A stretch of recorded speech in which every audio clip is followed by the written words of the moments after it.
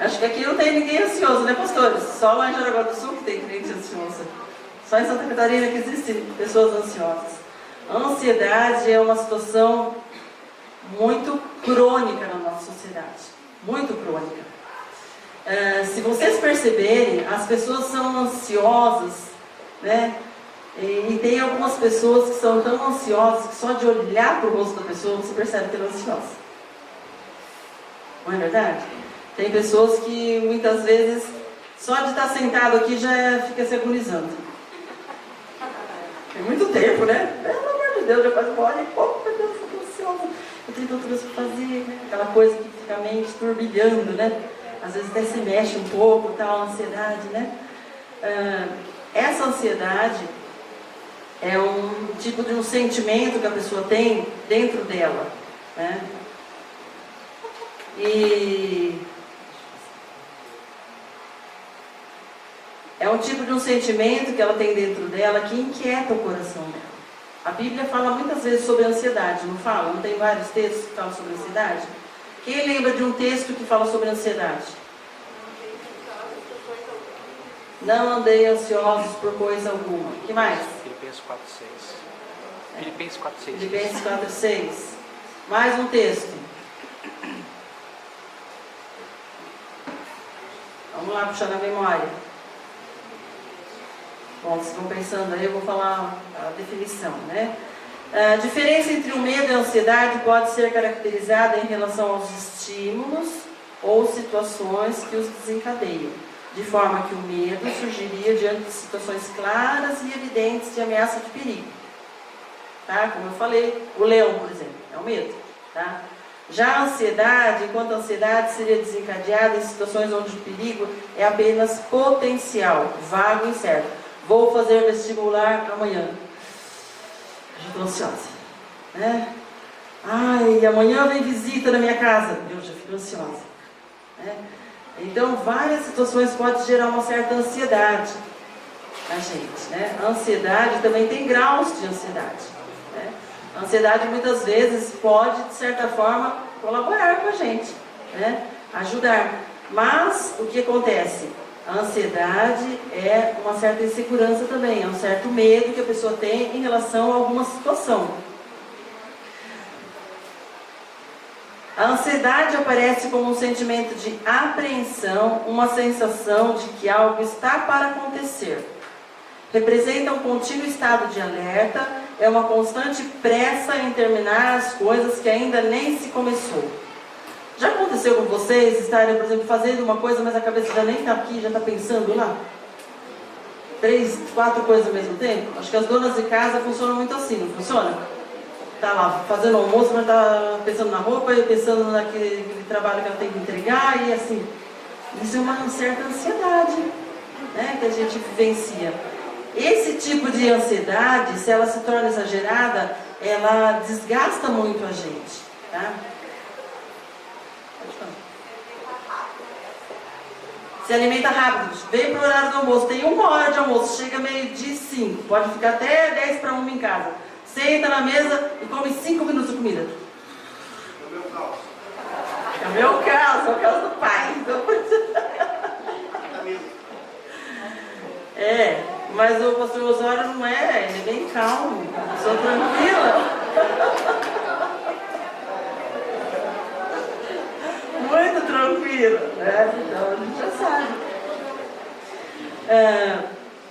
Essa ansiedade, quando ela é positiva, ela é necessária também para a preservação da pessoa. Por exemplo, uma criança pequena de 3, 4 anos, ela não quer, ela fica ansiosa se ela ficar longe do pai e da mãe, na rua. Mas essa ansiedade é negativa? É positiva, porque ela sempre vai ficar perto da mãe e do pai, quando ela sai.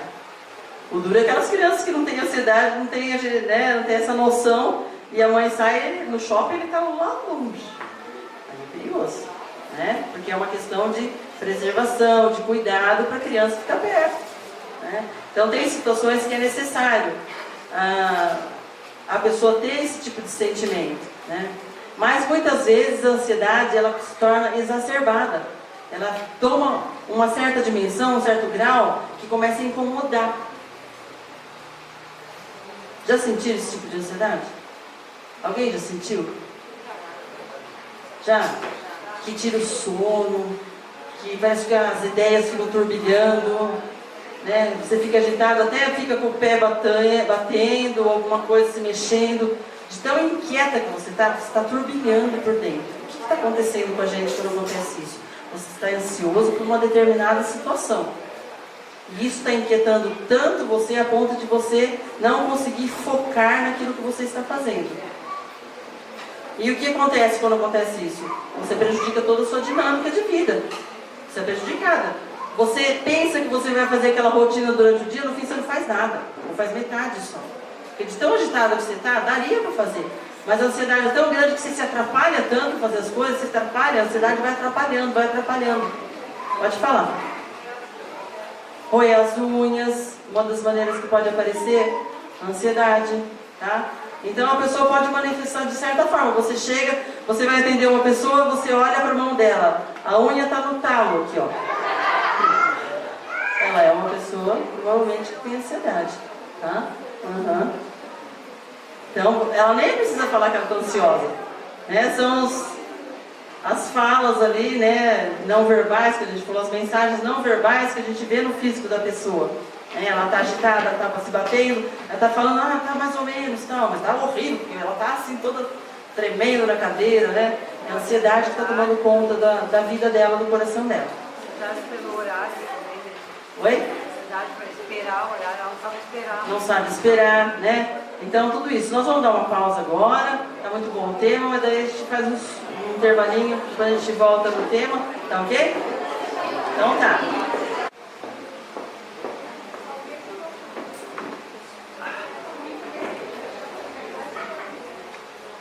Todo mundo acordado com café aí? Deixa eu ver os olhinhos assim, estalados de acordado. Cafeína, né? Mas uns 4 copos de café, né? Bem. Bom, a gente estava aqui na ansiedade, né? Ninguém mais está ansioso aqui, né? Ninguém mais está com medo, nem com estresse. Todo mundo calmo, tranquilo, só com cafeína no corpo, né?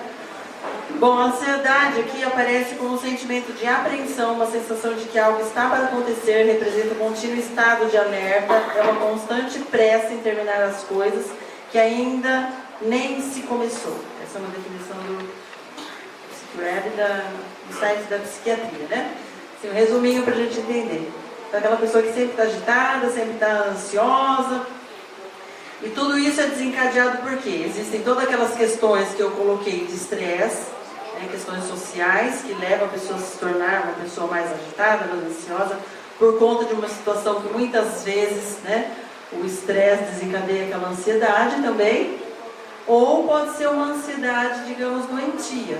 Né? Existem várias ansiedades que são classificadas dentro do Manual da Medicina, é o CID-4, que tem a classificação das ansiedades que são mórbidas, que exige um tratamento psiquiátrico, que exige medicação, que exige acompanhamento com um profissional da área. Ansiedade generalizada, o TOC, transtorno obsessivo compulsivo, a síndrome do pânico, quer dizer, tem os nomes ali, né? De todas as, digamos, os quadros de saúde mental que a gente fala, né? Todos esses quadros de ansiedade são quadros, digamos, que está interferindo muito na rotina da pessoa, na realidade da pessoa.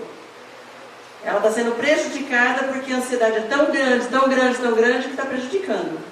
Então, você sabe que a ansiedade, ela é saudável até o momento que não está te prejudicando. Quando ela começa a prejudicar a sua vida em termos de família, em termos de trabalho, em termos de estudo, na sua rotina diária, ela já está se tornando um pouco doentia. Então, há necessidade de buscar um profissional, sim. Volto novamente a falar, não é pecado buscar um psiquiatra para isso. Porque várias pessoas vieram conversar comigo e falaram assim, mas que essa ideia é diferente, né? Porque me ensinaram, né? Que na verdade é Deus que cura, é Deus que faz isso, é Deus que faz isso, Deus faz muita coisa. Eu creio em Deus, um Deus vivo, um Deus que pode curar, e Ele cura realmente, e cura quando Ele quer. Mas Ele usa também mecanismos, usa estratégias, usa maneiras diferentes, pessoas diferentes, e Deus age da maneira como Ele quer. É isso que nós precisamos reconhecer, a soberania de Deus. Ah, mas Deus precisa me curar. Não, Ele não precisa me curar. Eu posso querer, desejar, orar muito, mas está na soberania dEle. É Ele que vai decidir se Ele vai atuar como uma cura instantânea ou Ele vai proporcionar a cura como um processo, como um tratamento através de algumas estratégias. Amém? Então, vi muitas pessoas, conheço muitas pessoas, já falei sobre isso, que são pessoas convertidas, pessoas cristãs, inclusive pastores. Falei naquele primeiro encontro que não todos estavam, mas que muitos pastores entram em depressão, entram no quadro de saúde mental, sim, que precisam de tratamento, mesmo sendo servo de Deus, mesmo sendo uma pessoa usada por Deus, mesmo reconhecendo a Jesus como Salvador, precisa buscar o recurso dentro da medicina. Tá?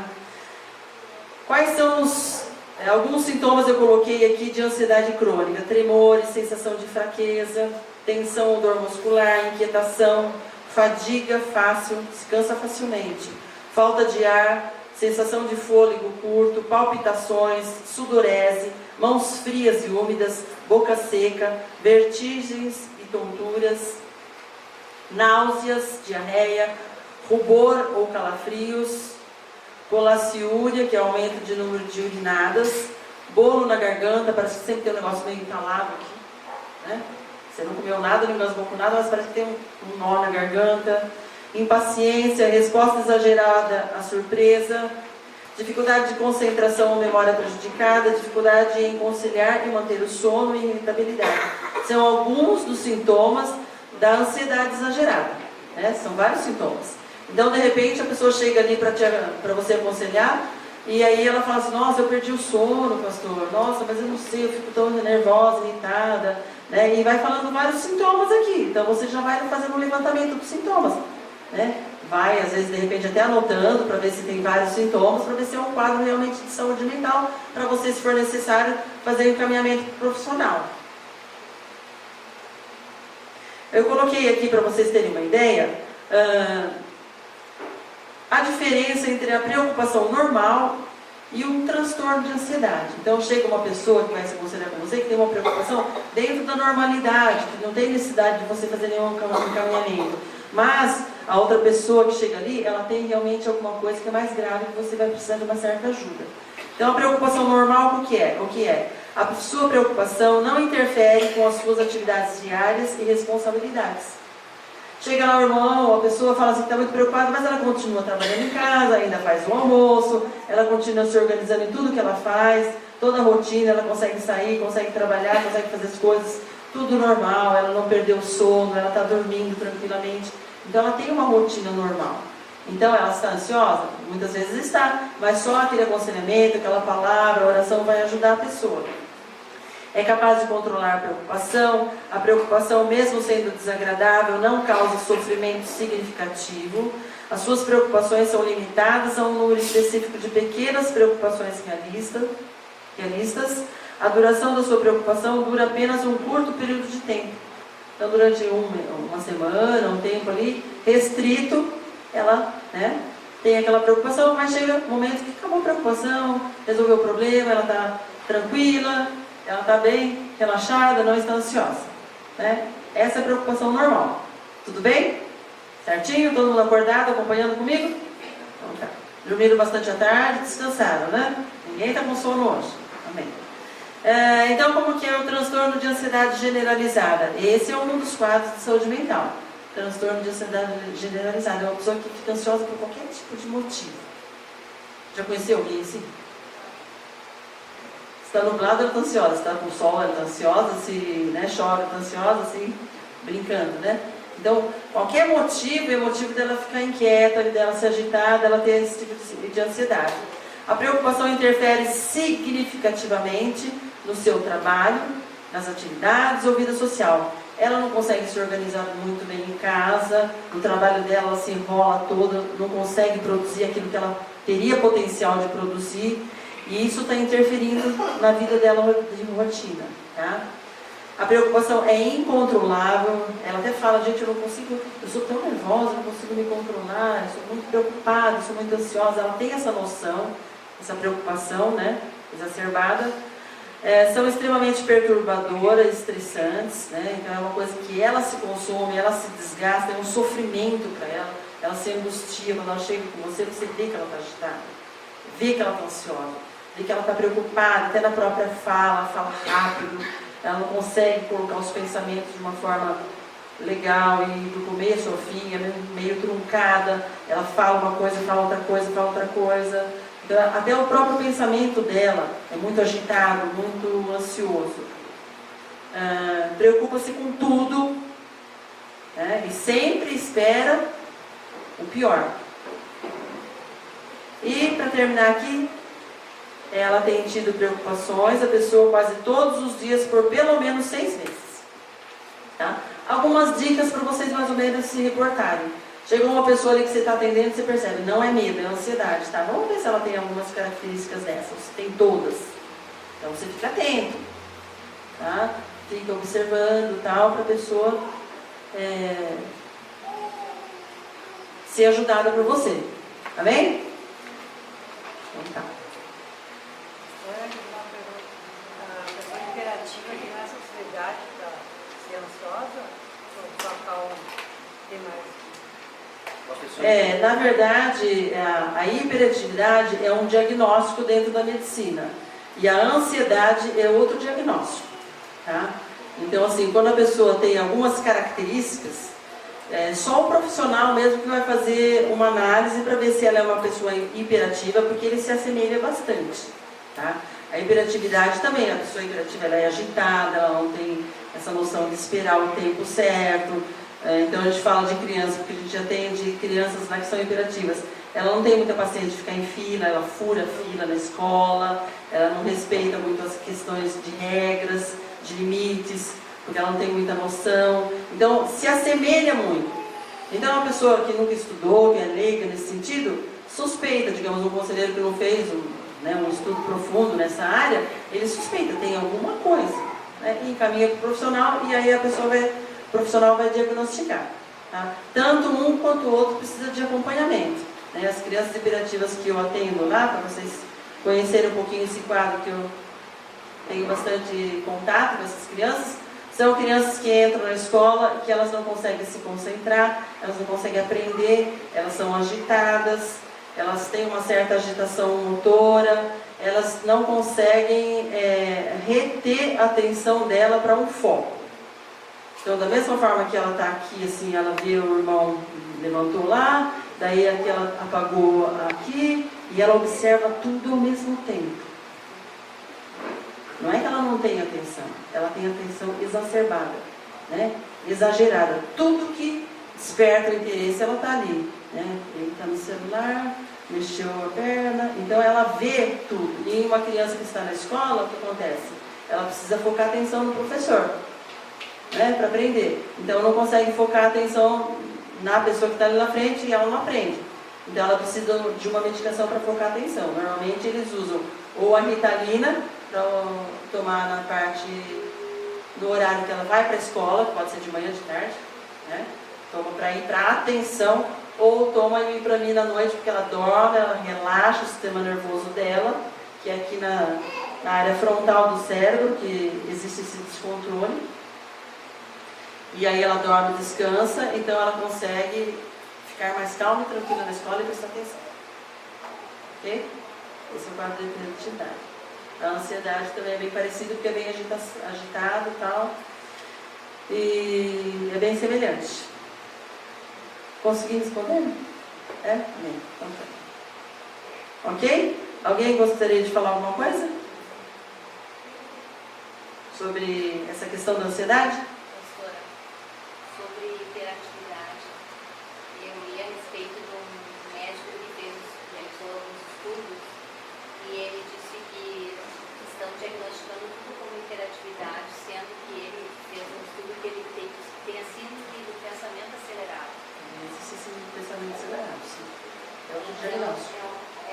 é outro diagnóstico, e aí Sim. o pessoal está confundindo tudo com hiperatividade sim, com e a certeza. pessoa tem e às vezes regras e limites também, falta de regras e limites, hoje em dia às vezes se fala que é hiperatividade. Então assim, para se diagnosticar uma criança ou uma pessoa que tem hiperatividade, normalmente se fecha o diagnóstico como?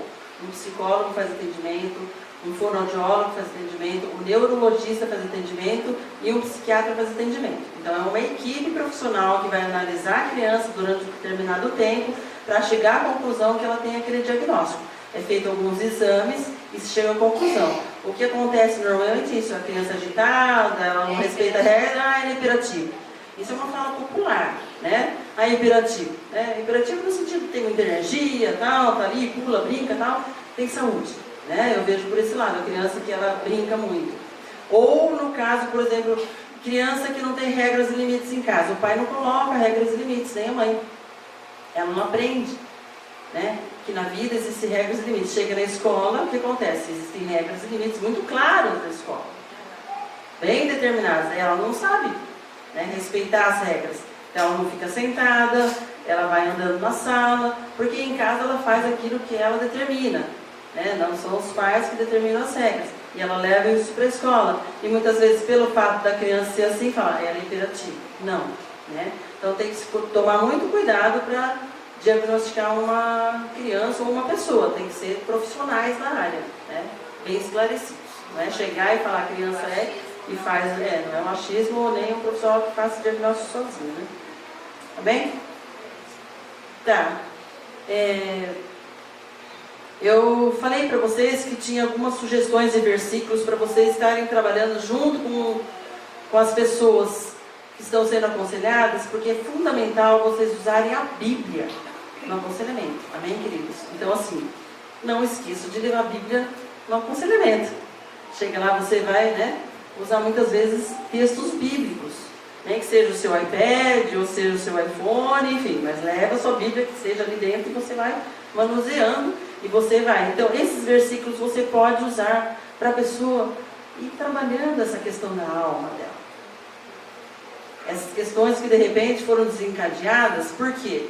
Porque ela tem uma natureza genética que traz essa questão da ansiedade, depois o ambiente também se tornou estressante para ela e surgiu a ansiedade instalada. Né? Além de você fazer uma análise de toda a vida da pessoa para ver se realmente existem fatores que podem ser alterados na vida da pessoa para ela se tornar uma pessoa menos ansiosa, porque às vezes tem fatores que estão desencadeando a ansiedade, né? Você também pode trabalhar com ela o quê? Esses conceitos, né, que Deus nos fala aqui. Né? Deus governa a vida, Deus está no controle, descansar em Deus, aprender. Né? E isso remete a quê? Muitas vezes a experiências passadas. Porque às vezes a pessoa no passado, né, com o pai, com a mãe, durante a infância, ela sofreu alguns traumas, ou adolescência, ou até um pouco mais jovem, alguns traumas que gerou uma certa insegurança, ela se tornou ansiosa. Perda de um ente querido, o abandono do pai e da mãe, um abuso sexual, enfim, N fatores podem ter desencadeado essa ansiedade. Aí vai do discípulo estar falando, conversando com o seu conselheiro, né, e o conselheiro ter a sabedoria de ir buscando informações para ver se realmente essa ansiedade não é uma coisa do passado. Ela não tem sentido a ansiedade, mas tem coisas que aconteceram e a partir daquele momento a pessoa se tornou uma pessoa extremamente insegura, ansiosa, perdida. Aí nós vamos trabalhar a questão da alma através da palavra de Deus também, levando ao ponto da pessoa perceber que no passado ela se frustrou com muitas pessoas, ela se decepcionou com muitas pessoas, gerou muita insegurança nela, ela se tornou ansiosa, perdida, mas que ela pode confiar em Deus. Tá? Um pai que não dá muita segurança para o seu filho, que é ausente, que não dá atenção, pode gerar uma criança extremamente ansiosa. Então, pais, vocês que são pais, sejam muito presentes na vida dos seus filhos.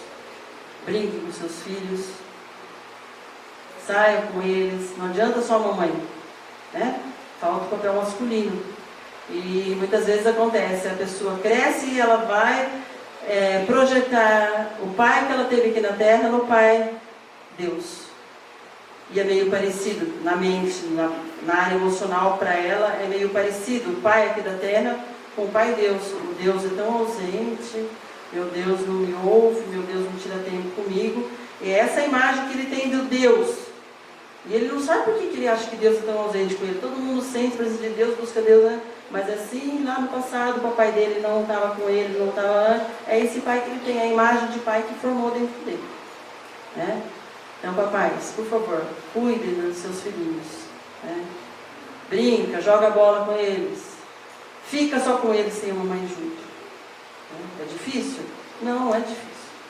É gostoso brincar com criança. Tem que voltar a ser criança, tem que aprender a ser criança para brincar com criança, né? Pastor, o que fazer quando a gente está trabalhando, tratando uma situação assim, de alguém, por exemplo, que teve o pai ausente, o pai abandonou, e hoje ele acaba transferindo esse abandono, esse sentimento para Deus, às vezes até falando que Deus não lhe ama, que Deus não se importa com ele, embora que a gente mostre na Bíblia, a gente oriente ele, mas de tempo em tempo ele não consegue aceitar e ele entra em crise existencial por causa disso, né? Porque no momento que tu fala para ele da Bíblia, mostra a palavra de Deus, ele está lendo, está ouvindo a palavra de Deus, mas ele não,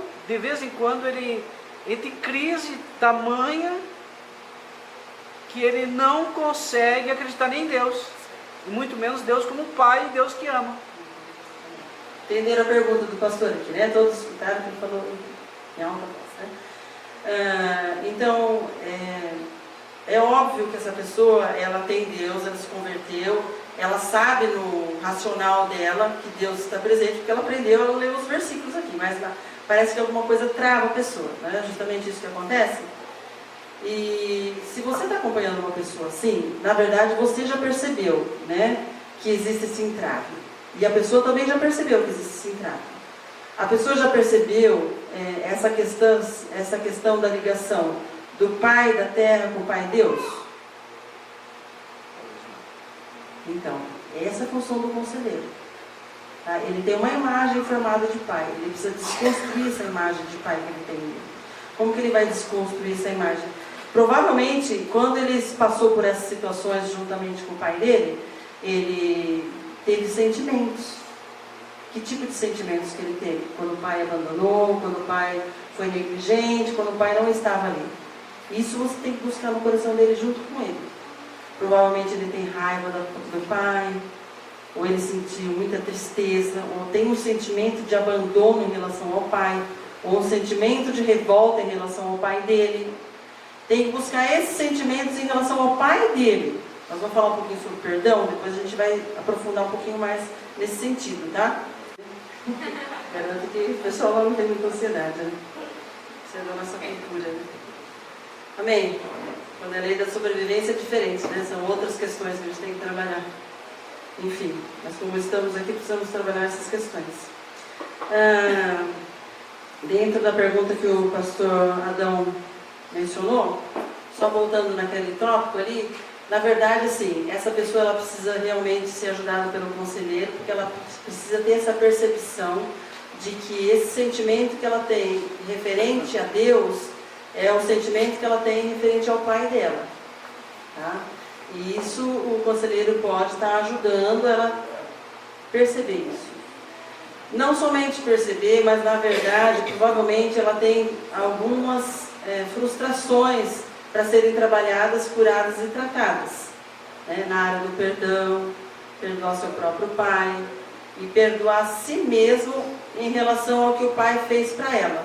A gente vai trabalhar bastante na área do perdão, que é o último tema que nós vamos estudar, que acho que vai contribuir de uma forma mais diretiva. Tá bom, pastor?